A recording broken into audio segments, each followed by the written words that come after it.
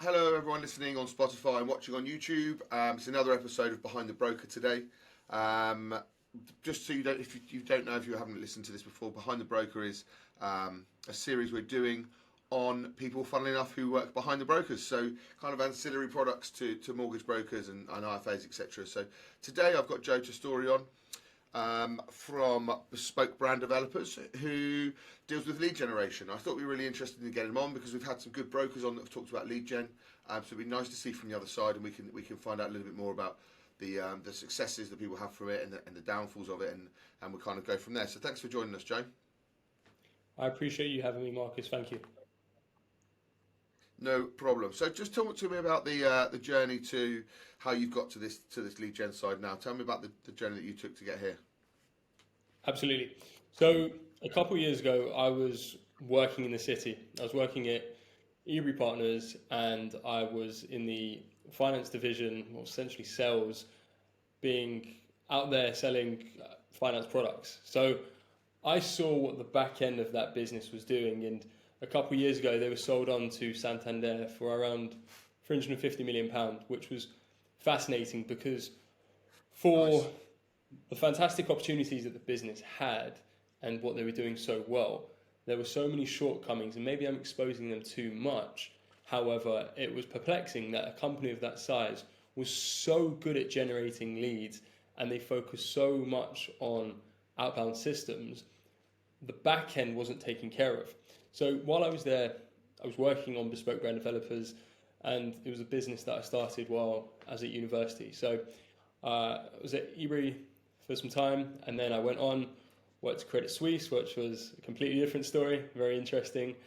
And as time went on, I saw that I had an opportunity to go full time with the business, essentially take the plunge. And it'd be 4 years come 3 weeks' time that I'd be in a position where I can say I've been running the business full time. And as time's gone on, we've essentially morphed into a multi-person team, 8 of us all together now, working with an array of mortgage brokers, which is where we're at today. Amazing. So you touched on something then about obviously being able to generate a lead, but yours is very different. You're not just flogging a lead. Yours is a system, isn't it, where you're keeping the clients and you're making sure you're working the leads properly. Because we always come up with this issue with brokers that they just think buying a lead is too expensive, or they think that buying a lead is a waste of money, or their mate down the pub has told them you shouldn't buy leads. And I've never been a massive advocate of them, but actually, after speaking to people like yourself, it's about what you do with it, isn't it, and how you put it into the system. So talk to me about why yours is a little bit different from, say, you're just you're buying your lead for a couple of quid and working it same as everyone else. What's slightly different with yours? So we've got two facets to our offering, which is one is just simply a system. So this would be for a mortgage broker who's maybe just starting out, he's just gone it alone, he has experience in a company, he knows how to deliver, and they're looking to turn around and essentially get from naught to £10,000, let's say, for instance. And what we found is to be the key point of differentiation between our system is it's focused on three main elements. So it's focused on generating that lead and making sure that lead's exclusive. So not having to go through any platforms where you might be bidding for these leads, like Unbiased, for example. And then in the middle, it's the follow-up. Yeah. So they say speed kills all deals. And what we find is, a lot of brokers are working in the business. So ultimately, if they're not taking care of their clients right now, then who's going to take care of those clients?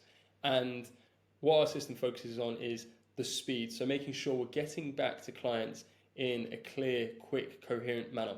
So how we do this is we use automations, so text messages, emails, voicemail drops, and depending on the clients that we're working with, we can actually take care of the follow-up there, where we have assistants who will turn around and they'll call these leads up themselves. In the back end, we're really, really hyper focused on numbers. So these would be the clients who are looking at just optimizing and fine tuning their business to amplify their sales. And we've got this philosophy that is, you can't measure what you can't track, and you can't track what you can't measure. So ultimately, we're looking at generating those exclusive leads, working them for the business, and then in the back end figuring out what are the small minute details that we can work on to help increase the sales close rate, and just look at what are the elements that need to be worked on to close an extra 2 or 3 deals per month.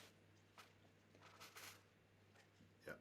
And do you know what? You touched on that. It's really relevant, and I don't think enough, because it sounds a bit boring, I don't think enough brokers take it into consideration, but the profit is in that data, isn't it? The profit is in that small percentages at the end. So talk to us about that, actually. So in regards to the data, what are people missing, and what do you recommend for brokers, if you like, in regards to how you do, not so much a follow-up, but just more about the data, how you analyse your data and how you make sure you're not missing anything, especially long-term leads? So, and this is what we do ourselves. And when we developed this program and we started running it with our clients, is we looked at our own mistakes, because I think it's far easier to look at the mistakes that you're running in your own business, generating leads, and seeing what could be fixed there.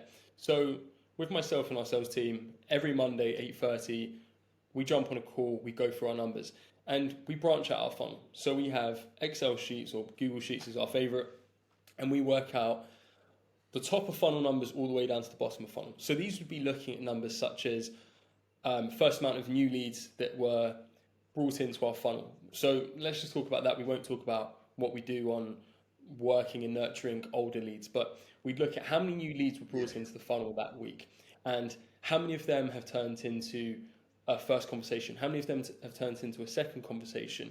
And essentially, if you can put these formulas in place where you can look at what does that percent look like from week to week, so you know, depending on how the market condition is going, well, we know for a fact that the end of last year, the mortgage market in the UK wasn't great across the board with our brokers. So we need to look at those numbers and track them and think of how do we change the nuances in our offers. So it's always thinking about what is the next, not trend per se, but looking at what is the key metric that we need to optimize for.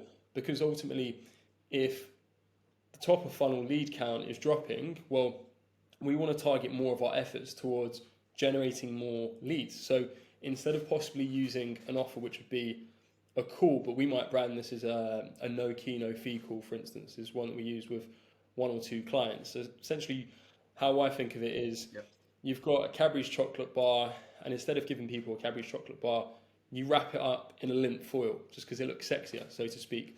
Or in other cases, the problem might come down to people at the point where they're just unsure about rates in the market, so they want to hold off for a few months. So it's actually figuring out where in that bottleneck is the problem and really getting into the granular detail, because there's no real point in fixing something that isn't broken. Interest, Joe, just quickly, sorry to interrupt, but out of interest, is it generally across the board, could you see the same problems for your brokers, or is everyone having to track a different KPI because everyone's got a slightly different problem, or do you see your MI and it go, right, everyone is struggling with this? I would say the problem is quite systemic, so to that point in there, and you might have 2 odd brokers who are head and shoulders above the rest, who you just know they understand the real small details a lot better than others, but generally speaking, it's quite wideswept. And what do you think? What do you think?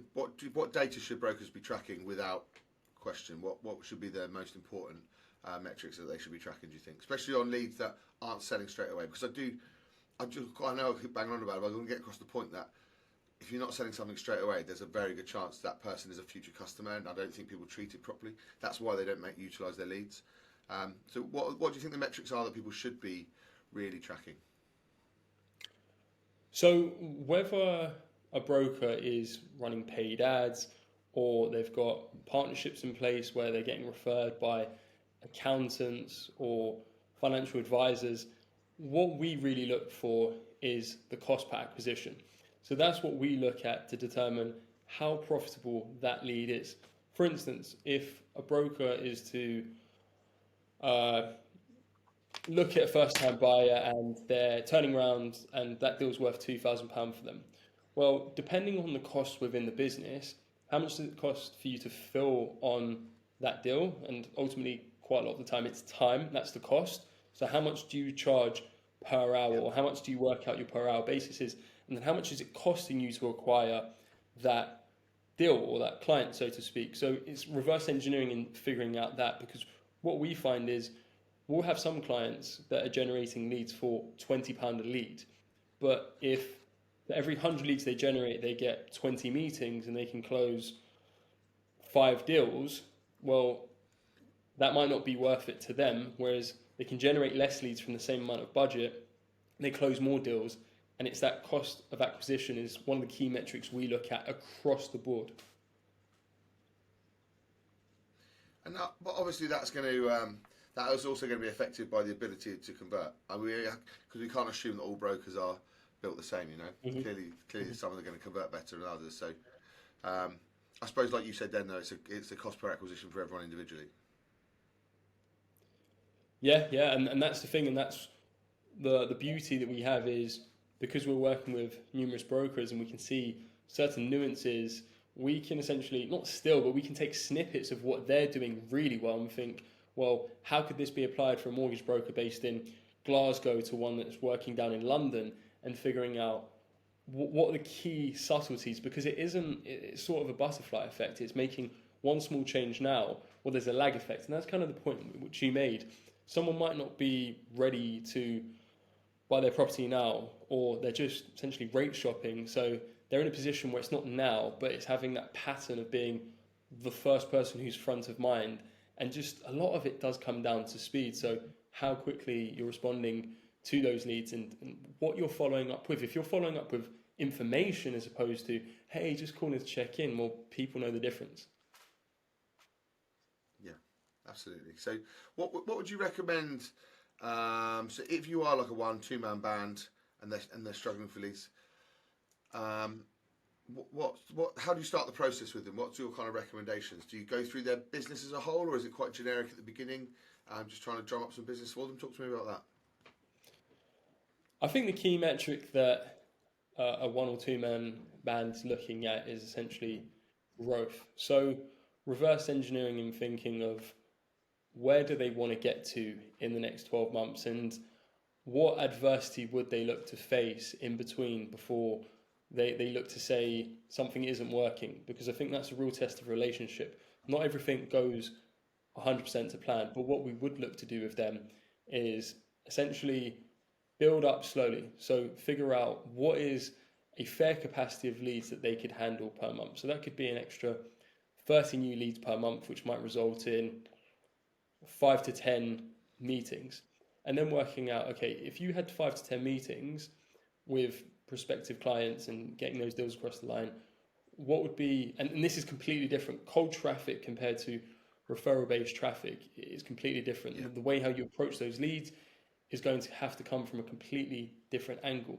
So it'd be thinking of, well, how are we going to generate these leads, and what is the cost going to be when we spend ad spend, because that's our primary platform, Facebook, Instagram.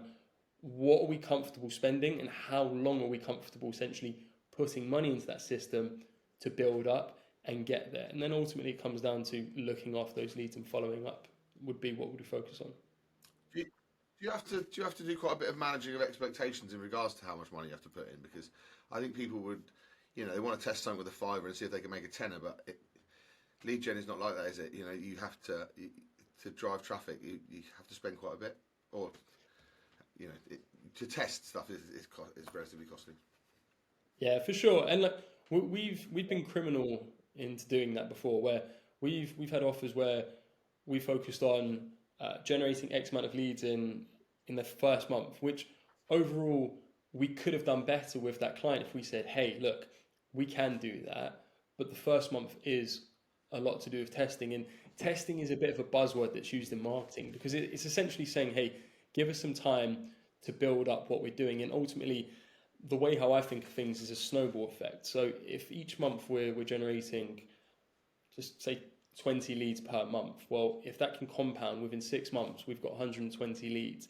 And these are people who, as long as we can keep a good engaging pattern of communication with these leads, well, it compounds, it builds up, and then we can look at, well, what does that lifetime value bring in the long run? Do you know what? I spoke to someone the other day who's an incredible marketer, and he was saying a very similar thing. He owns a very successful mortgage brokerage, but he was saying the same thing. Like, if something doesn't work in a month or 2 months or 3 months, they would be forever changing tack. So I think that's really important for kind of brokers to know that you've got to have a little bit of patience with marketing. You can't just spend a fiver, get a tenner, and then that's the end of it. You know, it's a much longer. Or if you swapped out your lead gen every month because it didn't hit the particular rates you want, you would literally be starting from scratch every month. Well, if the game was easy, everyone would be playing it and everyone would be winning. Therefore, it's a hard game. Yeah, absolutely. How do you, again, with the managing of expectations, and because you know that not every lead you speak to at the moment is going to convert, but you do know that perhaps 70% over the life cycle of the next 5 years will. How do you manage expectations of people that want that quick money? What can you say to them? Is it just a case of educating? Yeah, at times, I mean, we're all impatient with something, and I try to use the analogy of going to the gym. Now, for most of us, if I wanted to turn around and get a six pack and I could just take a tablet and that would help me get a six pack within the next 2 days, well, the price of that would probably be up here. That probably cost me £10,000. Whereas something that's going to take longer, i.e., going to the gym and giving up that sweat equity, so to speak, and dialing my nutrition and focusing on that, well, that's going to take longer, but you're probably going to be more cost effective. Now, there are people out there who want that magic bullet and they want things to happen overnight. And quite honestly, if they want to do that, there is a network that they could probably go to and spend money to get that, and that won't be with us. But if someone is invested in their long-term growth, then those are the people that we're looking for. We're looking to have clients similar to you. We have relationships for years, not just a month or two. So that's our focus, really, and that's what we would say honestly to people. That does make sense. Like you said, then we're the same. Long-term partnerships work, building relationships works. We're used to the same marketing team forever. It might not be that it will always bear fruit. You know, we get stuff wrong, but at the same time, you chopping and changing. Consistency and patience. It's boring again, but it just is what makes it what makes good brokers. So, in regards to the kind of the tips, Joe, for not just new people, actually, just anyone looking to buy leads. I mean, talk to them about kind of where they start and what they should be thinking of, and maybe what cash they need or anything like that. Any kind of tips that you can give to people who are looking at jumping on that lead gen bandwagon. Yeah, so I'll give away our foundational strategy. So if we were working with a mortgage broker who is, I'm from Clapham Common, so they're based in Clapham Common, London. If they were there and they were saying, hey, we want to get started, what I would recommend is starting with a budget of £300 a month. And I would focus on a content strategy. So £300 a month, that would be what we would recommend to start with, just to understand ads. Now, I would look at this money and say, how much money of this could you commit for how long? I would recommend 3 to 4 months of investing that money. Now, from here, we would recommend using 3 forms of content. So we would recommend using a video. Now, something like where you'd be facing the camera and you're speaking about the advantages of using a mortgage broker, because there are people who could go online. I could go to Santander Bank, try to figure out how to do it myself. It wouldn't be the same. You've got information as the advantage there. Yeah.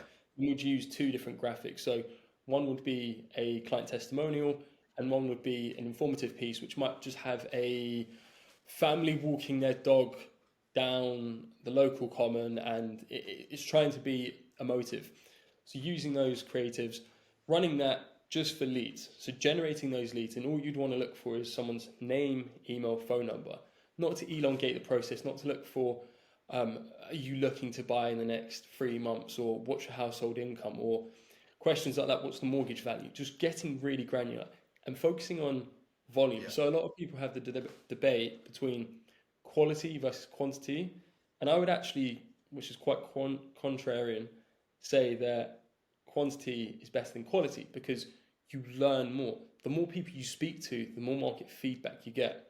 So from here, we would target people within if you're looking at that area of London, probably a 10-kilometer radius. So just being really finite, because people want to be speaking to people who are local to them, who are able to go and meet them at a coffee shop, or if they've got an office, coming down to the office, which is only a 10-15 minute trip down the road. So focusing on that, and then if you could put a system in place, which is what we focus on, is have that there where you can follow up with those leads very quickly. So I'm talking within 5 minutes. So sending out a text to say, hey, are you free for a conversation, morning or afternoons, and having that in play.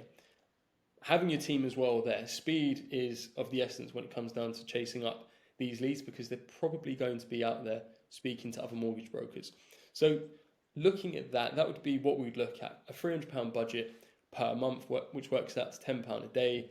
You'd probably be looking at generating one, if you're lucky, 2 new leads a day, and they would be exclusive to you.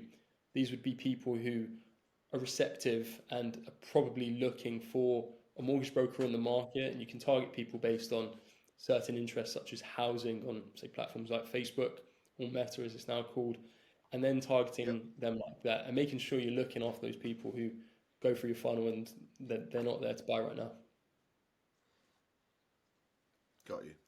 And just in regards to those guys, I won't keep it for too much longer. That's been really useful. All of what you said has been really useful. But in regards to the guys that can't buy right now, how do you recommend people keep them in their funnel? What should they be doing to keep people, like, the not right nows? How do you deal with those? So we focus on 3 elements. So information, education, and competitive advantage. So information, what's useful information that can be used right now that helps people. Education, so educating them. So educating them similar to information, but keeping it a bit more educational in the sense of the information can be used about what's going on within the markets. Education could be a piece where someone turns around and they say on the dinner table, hey, I learned this about mortgages today. Did you know this? Or actually, mortgages are more affordable than I expected.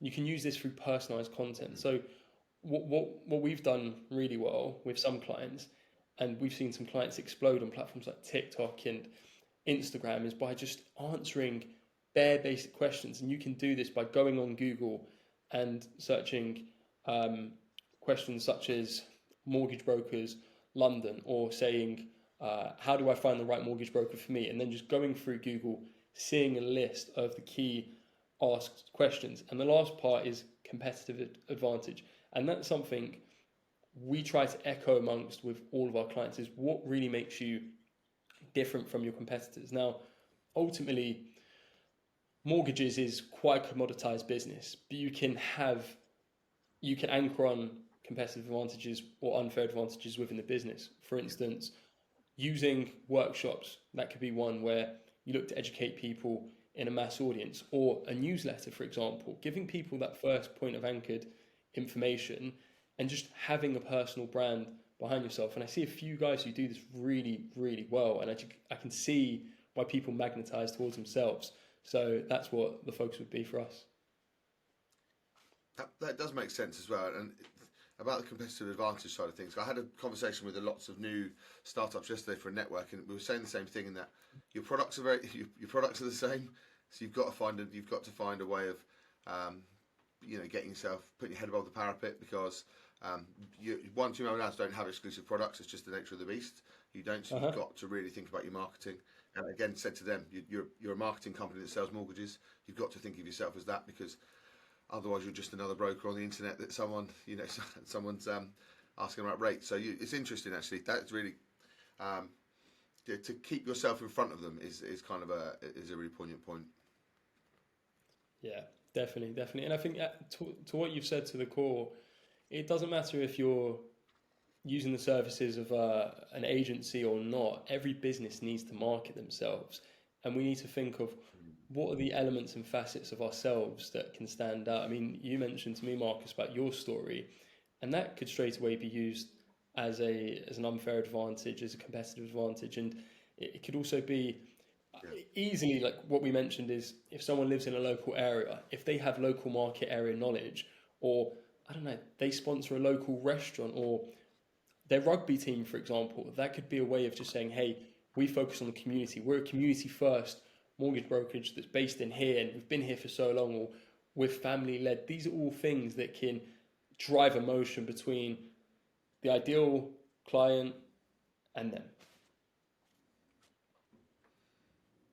So do you feel that the emotional side is the key when you're tapping into someone? Because the technical side is kind of, everyone has, like I said before, everyone has the same product. Do you think the emotional, getting into someone emotionally is the key to marketing, to make sure so that you resonate with them? Absolutely, and completely unrelated to mortgages, but I believe it was John Lewis who did an ad, it must have been 2 Christmases ago, where a granddad, he spent the whole year lifting up a kettlebell, and people would watch on from afar, and his daughter was watching him, and they were like, what's he doing? And then it came to Christmas, and he lifted his granddaughter to the top of a Christmas tree. And that's it. And John Lewis did it fantastically well. I mean, the amount of ads that they've used over the years, and the only reason why we're talking about this now, or I've remembered it, is because it's emotive. And I think anyone who can add elements of emotion into their marketing has a far better communication method than just working on, well, look, all we're here for is numbers, and that's the only reason why you're here. So ultimately, people are just going to look for the person who is cheapest because everyone wants the best deals. And you might sway yourself and say, actually, I want to go with that person because I know they really have my interest at heart, or I know once this is done and I'm going to go for a remortgage, we can go for a coffee, or they really care. That's what people want ultimately. I think it's true if the values are aligned and that kind of thing. So the relativeness. It's not about, not everyone is like you say. Otherwise, it's just a race to the bottom of facts and numbers, isn't it? So I think it's really important. Again, like I said before, really important for brokers to think about that, about the emotional side of things as to how they're attracting people. Joe, if anyone wants to get in contact with you, how do they do it? The best way to get in contact with us is either by LinkedIn. So my LinkedIn is Joe Testouri, spelled surname Testouri. No one guesses that first time. And our Instagram, which is at Bespoke Brand Developers. And we post content on LinkedIn Amazing. 5 times a week and 3 times a week on Instagram. Brilliant. And just for everyone listening and watching, all of Joe's social media and contact details and everything will be on our blog, YouTube, Spotify and everything, so you will be able to get hold of him. That was really useful, Joe. I appreciate your time today. And thanks for everyone listening on Spotify and watching on YouTube. And I'll catch up with you soon, Joe. Thanks, Marcus. That was good fun.